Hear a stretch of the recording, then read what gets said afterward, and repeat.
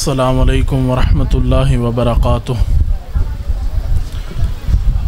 اعوذ باللہ من الشیطان الرجیم، بسم اللہ الرحمن الرحیم۔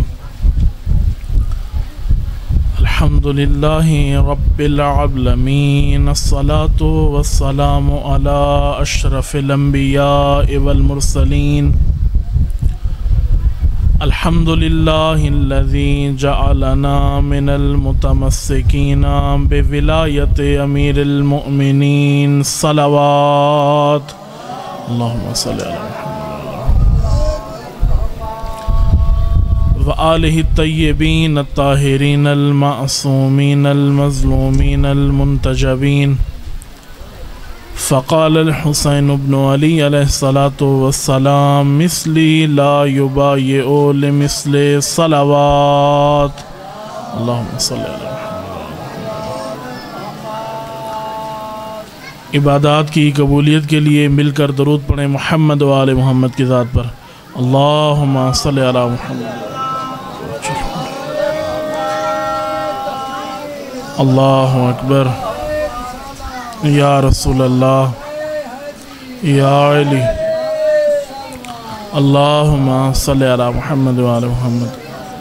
بیماروں کی شفا یابی کے لیے مل کر درود پڑھیں محمد و آل محمد کی ذات پر۔ اللہم صلی علی محمد و آل محمد۔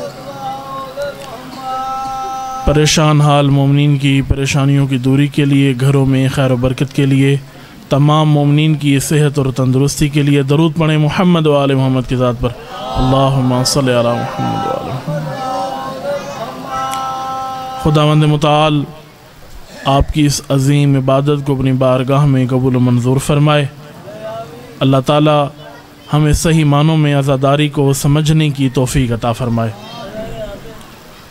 چھوٹے بچوں سے گزارش ہے، یہ جو درخت کے قریب بیٹھے ہیں، بیٹا آپ لوگ آگے آ جاؤ، اور آپ لوگ جو بیٹھے ہو کیمرے کے ساتھ، ان کو بھی تھوڑا آگے ہو جاؤ، بیٹا آگے ہو جاؤ۔ باہر جو حضرات گلی میں سڑک پر موجود ہیں، ان سے گزارش کرتا ہوں کہ وہ مجلس اعزاء میں آ جائیں تاکہ مجلس اعزاء کے ثواب سے وہ محروم نہ رہیں۔ صلوات پڑھیں محمد و آل محمد کی ذات پر۔ اللہم صلی علی محمد و آل محمد۔ مجلس اعزاء کی اہمیت کتنی ہے آپ کی خدمت میں عرض کرتا ہوں۔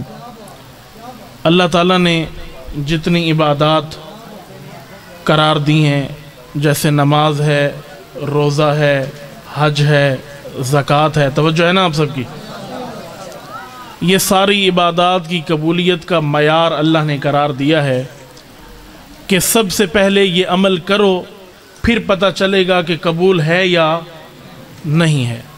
نماز پڑھنے سے پہلے پتہ نہیں چلتا کہ قبول ہے یا نہیں ہے۔ نماز پڑھے گا، پھر بعد میں یہ بات کی بات ہے کہ یہ جو اس نے نماز پڑھی ہے اللہ کی بارگاہ میں قبول ہے یا نہیں ہے۔ روزہ رکھنے سے پہلے معلوم نہیں ہوتا کہ روزہ اس کا اللہ کی بارگاہ میں قبول ہے یا نہیں ہے۔ روزہ رکھے گا، پھر بات ہے کہ قبول ہے یا نہیں ہے۔ حج بھی ایسے ہی ہے، زکوٰۃ بھی ایسے ہی ہے، خمس بھی ایسی ہے۔ تمام دین میں جتنے اعمال ہیں، عبادات ہیں، ان کا معیار یہی ہے کہ پہلے عمل کرو، پھر پتہ چلے گا کہ یہ عمل آپ کا اللہ کی بارگاہ میں قبول ہے یا نہیں ہے۔ لیکن ذکر امام حسین، مجلس عزاء، وہ ایسی عظیم عبادت ہے جو ہوتی بعد میں ہے، لیکن اس کی قبولیت کا ٹھپا اللہ پہلے لگا دیتا ہے۔ کیوں؟ کیونکہ یہ مجلس عزاء اللہ کے اس توحید کے پیغام کو زندہ کرنے کا ذریعہ ہے۔ اس لیے مجلس عزاء کی اہمیت اور نوعیت کی ہے۔ توجہ ہے نا آپ سب؟ مجلس عزاء، ذکر امام حسین، وہ اہمیت ہے جو ائمہ اطہار نے خود اس کو اہمیت دی۔ ایک صحابی امام محمد باقر علیہ السلام، اللہم صلی علی محمد و آل محمد، امام کی بارگاہ میں آیا، اور بعض تاریخ میں لکھا گیا کہ نہیں، امام کا یہ صحابی نہیں تھا، بلکہ امام باقر علیہ السلام کے فرزند امام صادق علیہ السلام خود امام باقر کے پاس آئے، اور امام باقر نے ان کو وصیت کی کہ بیٹا فلاں 2 کنویں میری ملکیت میں ہیں، ان کو فروخت کر دو۔ توجہ آپ کی میری طرف رہے، 2 کنویں ہیں جو میری ملکیت میں ان کو بیچ دو، فروخت کر دو۔ مجلس میں ڈسٹرب نہ کریں، مہربانی کریں۔ صلوات پڑھیں محمد و آل محمد کی ذات پر، اللہم صلی علی محمد و آل محمد۔ آپ لوگ آگے دیکھیں، میری طرف توجہ رکھیں۔ امام نے کیا فرمایا کہ میرے 2 کنویں موجود ہیں، ان کو بیچ دو، فروخت کر دو۔ امام صادق نے پوچھا، سوال کیا، بابا کیا ضرورت ہے، فروخت کرنا ہے، کیوں کرنا ہے، اور فروخت کر کے اس رقم سے کیا کرنا ہے؟ توجہ ہے نا آپ سب کی؟ امام نے فرمایا کہ فروخت کرو، جو پیسے مل جائیں ان سے میرے جد حسین کی عزاداری برپا کرو، میرے جد حسین کی عزاداری برپا کرو، اس میں غریب کو کھانا بھی کھلاؤ، نیاز کا اہتمام بھی کرو، ذکر امام حسین کرو، میرے جد کے اس ذکر کو تازہ کرو۔ عظیم مجلس ہے، مجلس عزا بہت اہمیت ہے۔ اس کی اہمیت اتنی کیوں ہے؟ صرف چند قصیدے پڑھ لینے سے، مصائب تھوڑا سا پڑھ لے، بندے کی آنکھ سے آنسو نکل آئے، بہت زیادہ ثواب ہے، اجر ہے اس کا، گناہ معاف ہو جاتے ہیں۔ امام صادق فرماتے ہیں جو میرے جد حسین کے غم میں ایک آنسو اس کی آنکھ سے بہہ گیا، اللہ اس کے زندگی کے تمام گناہوں کو معاف کر دے گا۔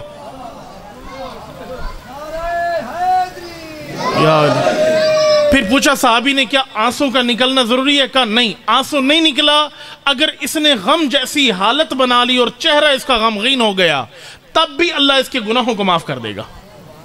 امام حسین کے غم میں غمگین ہونا بہت عظیم عبادت ہے۔ لیکن سوال یہ ہے کہ کیا آنسو نکل آنے سے امامت کا حق ادا ہو جاتا ہے؟ امام حسین علیہ السلام کی مجلس کا حق ادا تب ہوگا جب امام علیہ السلام کے مقصد کو، ان کے قیام کو آپ کے سامنے پیش کیا جائے۔ کس کے غم میں آ کے بیٹھے ہیں؟ بتائیں، کس کے غم میں آ کے بیٹھے ہیں؟ امام حسین علیہ السلام۔ محرم میں بیٹھے ہیں امام حسین علیہ السلام کے غم میں۔ آپ اس لیے آئے ہیں کیونکہ امام نے مدینہ چھوڑا، مکہ گئے، کربلا گئے اور جا کر یزید کے خلاف قیام کیا، شہادتیں پیش کی، سارا کچھ راہ خدا میں سارا سامان پیش کر دیا، اولاد قربان کر دی۔ اسی یاد میں آج آپ 1400 سال بیٹھے ہیں، 1400 سال بعد آج آپ یہاں بیٹھے ہیں اسی ذکر میں۔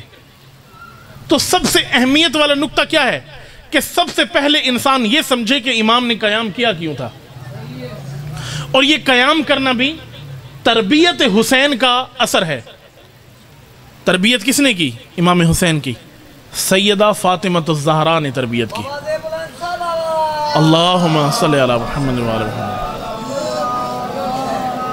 کربلا کے قیام کے دوران امام حسین فرماتے ہیں کہ میں ذلت کے راستے کو اختیار نہیں کروں گا، سر کٹا دوں گا، سر جھکاؤں گا نہیں۔ حسین کس کو کہتے ہیں؟ جو سر کٹانا جانتا ہے، سر جھکانا نہیں جانتا، یزیدیت کے سامنے۔ پوچھا کیوں مولا آپ مرنے کو ترجیح دیتے ہیں، شہید ہونے کو ترجیح دیتے ہیں؟